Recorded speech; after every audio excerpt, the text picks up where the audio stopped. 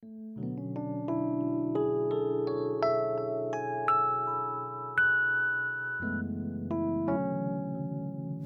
guys, this is Jamisha with Chats with Mish. Thank you for tuning in for the first installment of Chats with Mish. During this video, I got a few of my friends together to discuss Christian dating and relationships and how it kind of applies to our lives. I hope something was said that blesses y'all and kind of get y'all thinking about how you all date. I love y'all all. Hope y'all enjoy. Bye. Okay, so welcome to the first episode of Chats with Mish. Everybody clap for me, clap for me, clap for me. Okay, right. Today we're going to be discussing Christian relationships and dating. And the reason why I wanted to discuss this because after watching a few videos on YouTube about this topic, I found that they were kind of not very transparent. So I wanted to do my own version, but I wanted a raw and uncut version of Christian relationships and dating because a lot of us are single in here. And we kind of, at least for me, don't really know what Christian man is looking for in a woman. And I'm pretty sure a lot of Christian men don't know what Christian women are looking for in a woman. So that's why I wanted to have this discussion. So now we're going to introduce everyone. Please state your name and your relationship status. Okay. My name is John, and I am married. Praise him. So beautiful. She is so pretty. He that bonded. Good thing. My name is Darius. I'm single. All right. Yeah, we have a My name is Lauren, and I'm single as well. I go by Josh. Had to. Now I'm taking. I'm Faith and I'm single. And there's sorry. I'm saying, John, I'm Jamisha and I'm single. I'm Desjanae and I'm single. I'm Harvey and I'm single. I'm Mike and I'm single. What are some of the qualities that y'all are looking for when trying to pursue a potential mate? Don't all speak at once. Well, I will talk. You said what are some of the qualities that you're looking for? I just know that I want to be pursued. Like, I don't want to do the pursuing. That is not natural. I know that it's been flipped and been distorted to think that women should go after men, and men do not like that. Christian men shouldn't like that. But I would say that I want to be pursued. And qualities is just a man that his heart is after God, and his face and everything is fixed on God. And he, invites me in his life, but he wants to push me towards God. That's like the biggest thing I could say. There's so many different qualities, but I feel like if a man is really after God's own heart, the qualities will just follow after. You better preach. Anyone else? I'm with her 100%.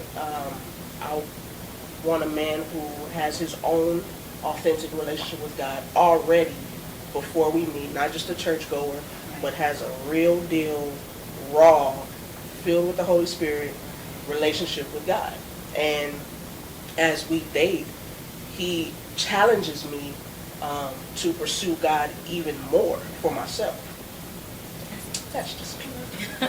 Let's hear from the men, because y'all really quiet. Right. Just letting everybody speak. No. So for me, I would say, I would say one, the attraction. I think that's, I have to be attracted to the individual. Personality. I think that's probably the biggest thing, being able to relate, have fun, let down a little bit, personality, and also definitely the foundation is just values. What are you about? Are you pursuing anything with your life? Are you a Christian? Are you pursuing God more than you are pursuing a relationship? And so I think those things are some things that I'm looking for. I think it's really attractive. So. I like that when you said, are you pursuing God more than a relationship? I think a lot of times we try to go after the relationship because we want to be in one so bad that we forget about even pursuing a relationship with Christ. Right. So that's awesome. I would have to agree with those two ladies. And I always say I look at how people treat other people around in their lives. Because when you like somebody, you're going to be nice to them. But I'm looking at how you treat people that you don't even know, how you treat those around you, how you treat your loved ones, and, just how giving you are and how loving you are. So that's really important to me. Yeah. Okay. No one else? I think for Christian young people, we don't like to talk about the practical side of what a relationship with people can be. We talk more about we want to pursue Jesus. God needs to be at the forefront of his life, on his headboard, right above it. I want him waking up, turning up. I love God, all that. But we don't practically talk about some of the things that you want them to have as a person. Okay. So besides God, I think that God should be the first thing. You have a relationship with Jesus Christ. But besides that, what is it? Like, what do you think they need to look like? What do you think they need to speak? How do you think they need to speak? How do you think they need to entreat others? And she touched on it. How do they deal with their life? What does their life look like? Right. Not so much the going to church and the Jesus stuff. That's all good and wonderful. And I think that's the great thing about having a relationship with God. I think that should be a given. Most of the time it's not. But I think beyond the relationship with God, how do you treat your own life? Right. Because if you don't treat your life like anything, what makes you think that somebody should come over and want to be a part of your life if you don't even treat yourself like that? Right. That's why a lot of women go, at least for me, how do you treat other women? This is for, I guess, the two that are in relationships. How did you know that your girlfriend and your wife was the one that you wanted to pursue? John first. How did I know that my wife is the person I wanted to pursue? It does go back to, I think the general statement is that they love God. I'm just not really going to go too long into that. I feel like that's a given. Right. So, personality is huge when it comes to being with someone for a long time. I was dating my wife for 5 years before we got married. So I knew her very, very well, even before we got married. But I think the biggest thing was our connection. I feel like we have a certain chemistry and energy when we're around each other, whether that's with other people or we're by ourselves or what have you. It's just like that connection, like, yes, this person is for me. We have fun together. We can relate to things. We have a similar background growing up in church, things like that. Something else I wanted to say. But yeah, it's really that connection that we have. And two, something that I learned over time is that this person is someone I can depend on. So whether it comes down to money or I'm feeling depressed today, so I need you to have my back and pick me up and give me a reason to smile today. Or what have you. Like, it's just that back and forth that we're able to have through, sickness and family issues and whatever going on. School, we were both in school while we were together. So just that dependability is like the biggest thing. And then it kind of carries over into our marriage. Like, I know I can depend on you. I know even if we got $20 for the next week, like, that's just what it's going to be. And we're going to make this work. And whatever the situation is. So, she's someone I can depend on, someone I can count on, someone I can trust with my secrets, with myself, my true self. All those things are things I was like, yeah, this girl right here. This is it. No. All right, Josh. Let's go bring that. How did you know your girlfriend was the one that you wanted to pursue? First, when I looked at her, second, other than the obvious physical features, and we've been together for like roughly 7 years now. For me, the biggest thing was she got me, like she understood me, because of the many different things that I do. I come with a lot, not so much negative, but you have to be. So for me, one of my traits would be she would have to be very understanding and trustworthy, and she always has been. So for me, she just really understood me, who I am, my walk with Christ, my schedules. She's never really been one to complain about it. She spoke up when she felt she needed to, and it was never. She never wanted to come before everything else. It was, I got you. Whatever. If this is what you want to pursue, if this is what you want to go after, I got you in whatever way that I can. You know, and it's she's never been a conflict. She's never been a weight, a hassle, and others have. Well, for me, she just understood me. She's very, I'll say, she's very responsible with our relationship. So yeah, so far so good. All right. Well, we all single, so I guess I can move on. Okay, so my third question is, Faith kind of touched on it about the approach, about, you know, wanting to be pursued. But we live in a time where women are like, I ain't finna pursue no man, you know, if I want something, I'm gonna go after it. And being a Christian woman, you know, the man is supposed to pursue us. I mean, we're taught that. That's what the Bible says. So, this is, first I'm asking men, would you allow a woman to pursue you? And women, would you ever pursue a man? I don't want to say I wouldn't allow her to. I guess it all depends on the manner that it happens. So as long as I'm not standing there, she walks up like, hey, how you doing? You know what I'm saying? You fine. My name is this, that, and the third. But if we met and there was some attraction, we exchanged numbers or however we decided This to is if communicate. he was single. This is if I was single. If he was Let it be single. known. If I were single, if we doing like words and letters, put a big if right there. Just in case y'all were wondering. So if, however the communication would start. You better thank God that she's Man. Lord. You just sounded so intrigued. Right. But yeah, I mean, however we decided to communicate, as long as it was very respectful. I don't want to say that I wouldn't let her. It's not necessarily something that I would want to happen, but I don't want to say I would shy away just because she approached me. Right. Okay. So I would say, I actually like what he said. He said it depends on the approach. Now, by approach, I would say if she's obviously, hey, not putting herself out there, but clearly she's available. Right. Or maybe there's an interest, maybe there's an attraction, but she's not like, hey, take me, I'm yours. Not like that. But just, you know what I'm saying? But honestly, me personally, I want to pursue a woman. Right. I want to pursue them. And so I think for me as a guy, it's inspiring when you can't have easy access to a woman. That's good. It's inspiring when you can't have easy access to them. And so by being able to say, man, this person is a little challenging, not so much, nah, brother, get away from me because I'm just blocked off like a gate. But just, but just like, if you want me, you have to show me why you want me. Like that right there lets you know that, hey, I'm going to be with someone that's now going to be inspiring, motivating me.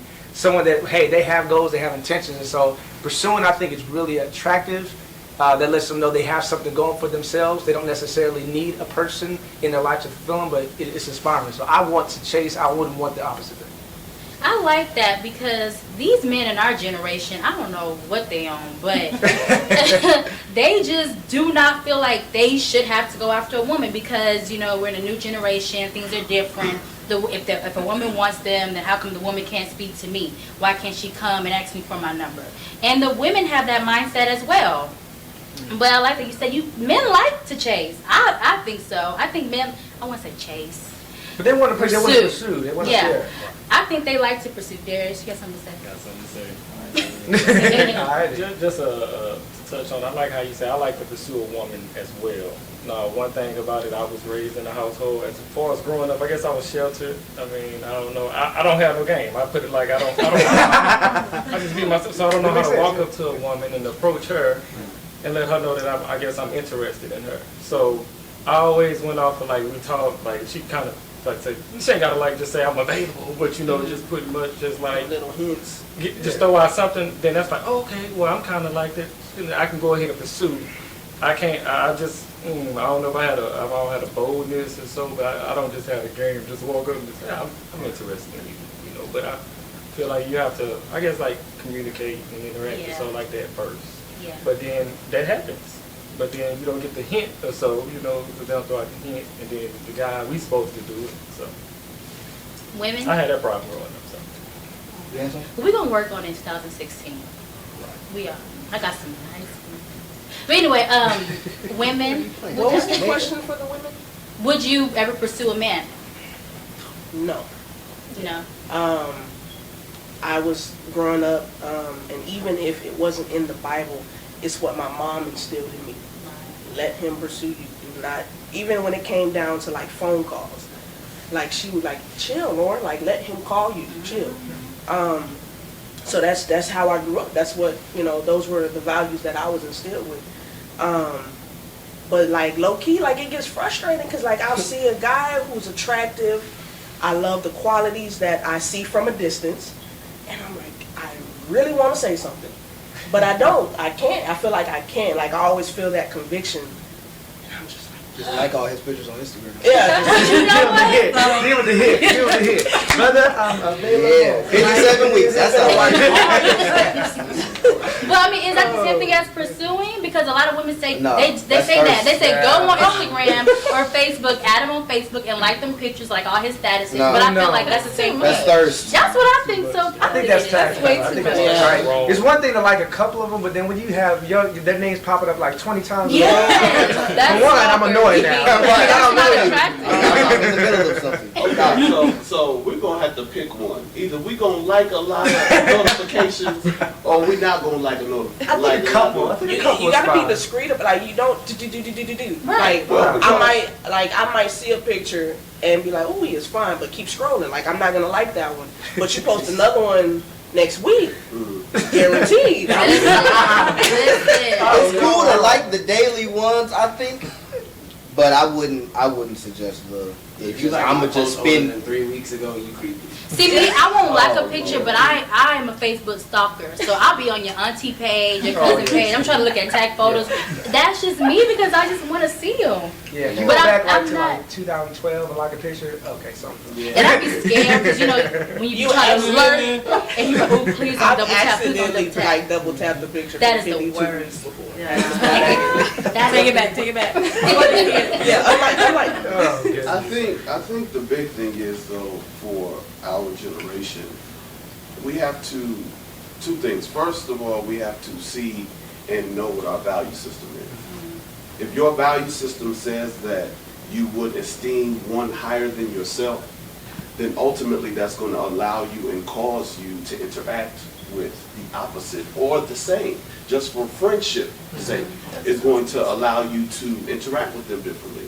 And then the second thing, we have to also understand this, and really it's something that I guess we do subconsciously, to where we want the attention, but then we go about getting it the wrong way. Right. So then if we want, like we'll say, hey, hit up, go, here's my Instagram, here's my Facebook, here's my Twitter, hit me up, hit me up, hit me up.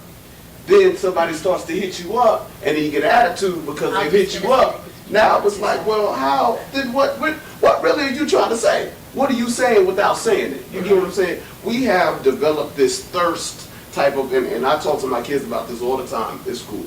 We first of all, we want people to like us. Right. We have this innate fire burning on the inside that wants everybody to be on our team or on our ship. We want them to be with us.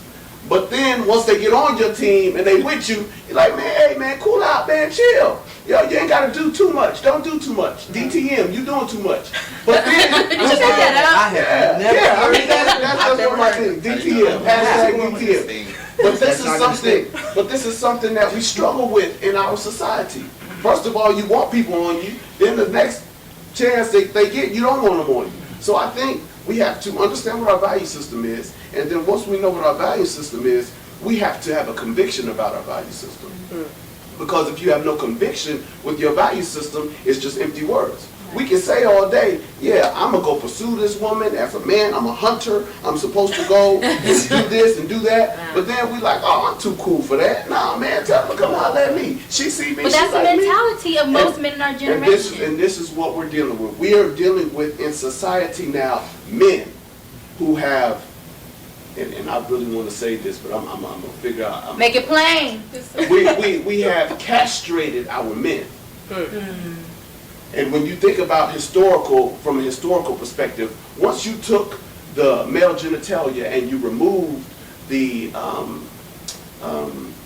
We how got can you. I say, when you castrated, when you remove the certain part of their body, back in Roman time, you then cause them not to be able to produce or reproduce something. So now their seed has been cut off. We are cutting off the seed of our generation based upon how we are viewed as this generation. We're castrating ourselves. So now we're put in a position to where not only we're not real men, but we don't know how to provide. We don't know how to hunt.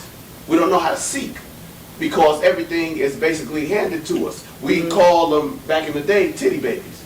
And so all they do is suck on their mama titty all the time, and that's just all they do. Oh, mama got you. Oh, he's a mama's boy. He ain't no good because he can't do nothing for himself, kind of situation. We have done this to ourselves. And so now that we've done this to ourselves, we are now trying to, in a sense, dig ourselves out of this hole. But we don't have any information to help us to get to that next step. We talk about not being this way, but what information and what steps are you taking in order to no longer be this way?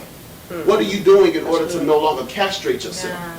Because if all you're doing is listening to this turn up stuff all day and night, and you talking about this girl, she gonna do this, she got a big butt, and this, that, and the third, all we're doing is placing ourselves in a box. And so now we placed ourselves in this box, and we can't get out because mentally we don't even know the first way of getting out, of being emasculated. Because that's what so many of our men in this generation, we are emasculated. Do you think the women of this generation is somewhat of a cause of that? I think that the creation of this Instagram model has really caused a divide, a great divide in this seek and ye shall find a woman kind of mentality. Because you don't find a real woman, you find a girl who's got the right lighting and the right kind of clothes and the right angle, and then now you're attracted to a sense of what this woman is and not what she really is.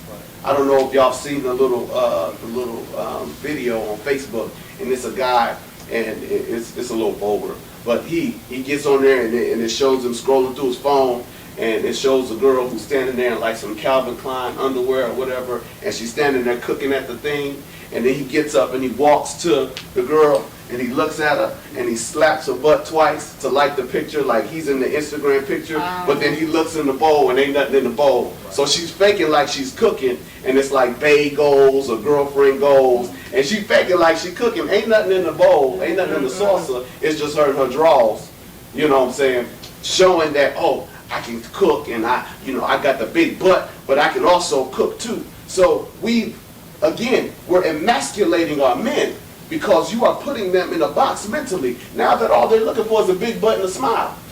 And that actually is kind of part of my next question. Can't trust a big butt and smile. That's what they say. You can't trust them. Can't trust them. When pursuing a godly woman, not an Instagram model, but a godly woman, does the looks really matter? Yes, they do. They do. Yes. They do. They do. Well, I would not have pursued. I would not have pursued if she was not attractive. I mean, at the end of the to day, my eye. At the end of the day, the first thing you're going to see is what they look like. Right. So let's not sit up here and be extra deep and wonderful and be like, oh, well, I want their nose in the Bible. Okay, but if she's walking around with rollers in her hair, you probably not trying to come for that. Right. Like, just all the way, 1,000. Yeah, I'm not checking for no girl. She walking around Walmart looking like she just rolled out of bed, didn't brush her teeth or wash her behind. I'm not trying Okay, but what if you meet a young lady, she's not that attracted to you, but she has all the qualities you are looking for in a spouse or a mate or a woman you want to pursue? You're going to pass her up because she's not physically what you want? It goes back to your value system. What is your value system? What do you hold value to? If it's more about her looks than the traits that you want, then that's what you're going to do. If it's more about the traits, then it just depends on what your value system is. And you have to hold and have strong convictions concerning that. Because if not, you'll just have anybody. And that's just the truth from my experience. 1 minute you can be, on top of the mountaintop. Oh Jesus, I want this girl. I want her to be an evangelist. I want to be able to dance in church. I want her to sing. I want to do all this stuff. But then the next minute you messing with some thought around the corner who in your DMs at 2 o'clock in the morning. So which one is it? What are you going to do? What is your value system I asked like? that because I'm an observer, and I see men say, I want a godly woman, and I want her to have all these qualities. But you see the woman they pursue. Right. She goes to church. That's about it. But because she has the big booty and the nice figure and hair is always laid, which I understand y'all are very physical. I get it, but. The ladies are physical too. I'm gonna get to that. I'm gonna get to that. But we see the women y'all pursue. She goes to church, but that's it. So how do you say you want a godly woman when y'all don't pursue? And I'm not saying y'all, but men in general, y'all are not pursuing the woman who she may, to be honest, her butt may be a little bit flat. She may be. I'm not gonna say that, but she may not be everything you physically want. I'm not saying she's Medusa, but she's not everything you really want a woman. But she loves God with her whole heart. She will hold you down. She's a great listener, a great friend, really fun. Y'all will pass her up for the girl who's bad. So, I hope we get to this in this conversation, because I think the biggest issue of why Christian dating is so off and so kind of like hit or miss is because we don't understand the purpose of relationships that God, and that's what we have to get inside of us. We have a lot of stuff, a lot of preferences, a lot of this is what I prefer, but ultimately if we don't have a deep foundation of the purpose of what we call dating or pursuing a spouse, all the other stuff will take preeminence. You're going to be the end of the thing, because we're naturally driven. All of us have the flesh. We all deal in the body with human beings, and so we're naturally going to think of those things. But I think too, and this is coming from my perspective as a godly brother, is that attraction does matter. Attraction does matter at some level. However, it cannot be the driving force of your decision. Right. And so attraction matters, and I say for me too. When I think about a person I'm interested in, you got to understand relationship is more than just praying on your face all day. There's some stuff that goes on when behind the closed doors. Right. Being real. Right. And so I'm going to be having children with this person, and yes, we don't want to be shallow, but at the same time there has to be an attraction to a point that where your heart is encouraged. And now your attraction may not be the same level of attraction to me. And so what you think is nice, that may be something that's able to comfort you, that you may not think what I like is attractive, but to me, it's what comforts me. It's what encourages me. And so that attraction, I think at some level does matter. But I think what kind of asking your question, I hope we get into this again, the purpose of why we either date or pursue a godly relationship, either in marriage or whatnot. I think we have to really figure out, we can't be shallow in how we're thinking. We can't be so I have to have this. To the point that we're shallow. Because we can miss out on potentially someone that God has for you. Now, when I say that, don't have to hope when we get to it, because if the purpose of God is missed, you will miss the person that's for your purpose. You'll miss that. And that's crucial with picking, choosing, pursuing, any of that. And so, but attraction does matter. It does matter. And I think it does too. I can just speak for myself. I can be attracted to a man, and like I spoke about earlier, but if his personality isn't good, there's no attraction. He's not attracted to me anymore. Now, I've seen men who probably are not that attractive, but I was attracted to who they were. That's good. Like, I'm not going to this. Who you talking about? I was going to say something. I think your values and like what your standards are important. Like, everyone has different standards of what my wife or my husband will be. At the same time, it's a lot of impatience because, well, they're beautiful, but they don't have this, or they have the personality, but don't have that. So I'm just going to pick and choose until I find the right one, where you could just wait until you find the balance that you need. That's good. Once you find the balance, then you're like, well, glad I didn't waste my time with all these other stuff that I knew from the beginning was not going to add up to the 100% that I'm trying to get to. So I just, that's what I hear, because when I started dating my wife social media wasn't what it was. We had Facebook and you put your pictures on there. That was about it. So I mean, I didn't meet her over the internet. Like I saw her face to face, and I got to know her face to face. But I mean, it's impatience is what I hear. I see it. I'm a double tap it. I'm a slide in a DM. I'm gonna kind of get you to come over here and maybe we can do this, because I really don't know you. You just put in this little box of information that I can read, but I really don't know who you are. It's just this little information that you told me about yourself. Which just like in every interview, you're going to present all your best features about you. So I'm really not going to give you anything. I might like all your pictures, but I still don't know you. I don't know anything about you. I don't know your mama. I don't know what high school. I don't know you. So until I get to know you and I can really say, you got 20% of this and 30% of that, and that's enough for me, then why are you even trying to have a relationship with this person? You really don't know them. They just gave you all their stats in this little box, but you don't know anything about them. So to me, it's just like, well, just be patient and wait till you have the opportunity to actually get to know them for longer than 2 or 3 months. And you said something really good about us being so impatient. And because of social media, we see all these couples down our timeline, all these weddings and relationship goals. And those are so dumb to me. And so we're like, man, I want that. So we're willing to just online, well, no shades of online dating, but you know, willing to go online or to go to Facebook and find somebody really quick and not, you know, take the time to really get to know them because we want to be in a relationship just so bad. And I think really it's to post pictures. I'm really convinced people want to be in a relationship to post pictures on social media. I don't even post pictures.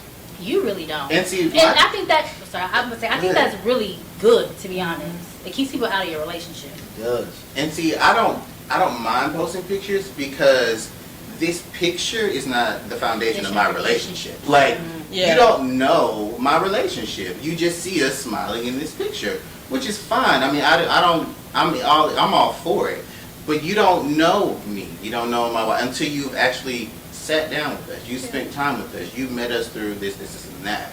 So it's like pictures and all this stuff, great. But be patient and find someone that is worth putting this picture up with. This actually is out on the internet. It can be seen by anybody at any time. Anyone can pull it up. It's actually history. So make sure that person that you got to post with is someone that you're like, yes, I don't care if you see me with this person because I know that this person is for me. You don't have to post a picture with everybody you go out to the movies with or everybody you go out to dinner with, and that's why I said, you know, earlier, people are just wanting to post relationship pictures on Facebook. They're not really seeking a relationship that can possibly turn into a marriage. So. I think, and we don't want to belabor this point because I know you have a lot to get to, but I think because of the microwave society that we live in, everything is now, how can I get it quicker than before? You know, how can I shed this amount of weight in a week? How can I, you know, we no longer take the time that's needed to develop anything. Okay? That's where we are in our society, in our world. We don't take time to develop anything. No, we don't. So then ultimately we all have the mentality that if I don't have it right now, then it's not good enough. Or it's not going to happen. Or because I haven't had it for this long, then ultimately I'm the one left out. I didn't get it. God don't like me. You know, these people don't love me. And ultimately all we're doing is doing ourselves. And God, number one, is disjustice. Because he's cultivating something in all of us. And so in order for us to grow and mature into the person we're supposed to be, we first have to plant a seed. Just like any tree that you see outside. It's a real tree. Like the rainforest didn't just happen yesterday. It's taken years upon years upon years for things to develop and to grow. And in order to get that product, you first have to have a seed planted in the ground. That's good. And if you don't have a seed planted in the ground, whether it's good, bad, or indifferent, you will never reap the harvest of a tree. So ultimately, we have to change our perspective on, like, and I think Harvey was saying it, we have to change our perspective about what we see and what we think we're supposed to have in a relationship. Right. Because these relationships with God first take time. Because you're not just going to come one day, get to church, I prayed the prayer of salvation, and now I'm already down the street and I'm preaching the gospel. Yeah, Baby, no. Because you don't even know enough to be able to give anybody some real information. You can tell them the plan of salvation, but other than that, you don't have any real concrete evidence to give anybody. I tell people all the time, don't preach to me unless you've been through something. Don't preach to me unless you fell down and bust your head wide open on the ground and made a mess of yourself. I want to hear from people who done messed up. And ultimately, we need these relationships to be cultivated, because if they're not cultivated, they're built on nothing. Well, can I, that kind of makes me want to go back to Harvey's question about the purpose of being in a relationship. So can you kind of explain that from your perspective?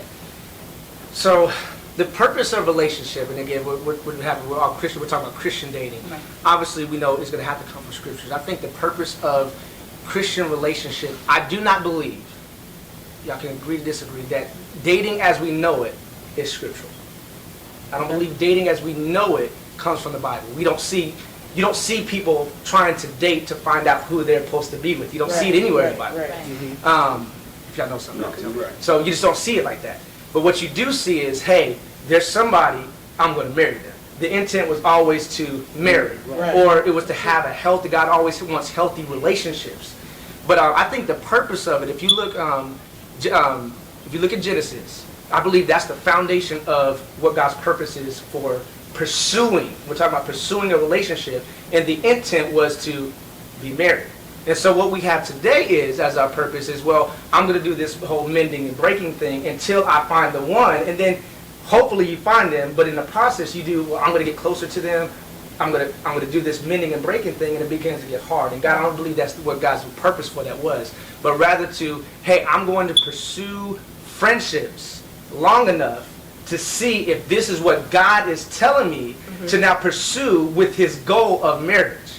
Until then, I don't cross the lines of, I'm your friend. And I think we've all messed up on those cases. I mean, the world obviously influences our decisions. I personally have messed up in those things, trying to do the right thing.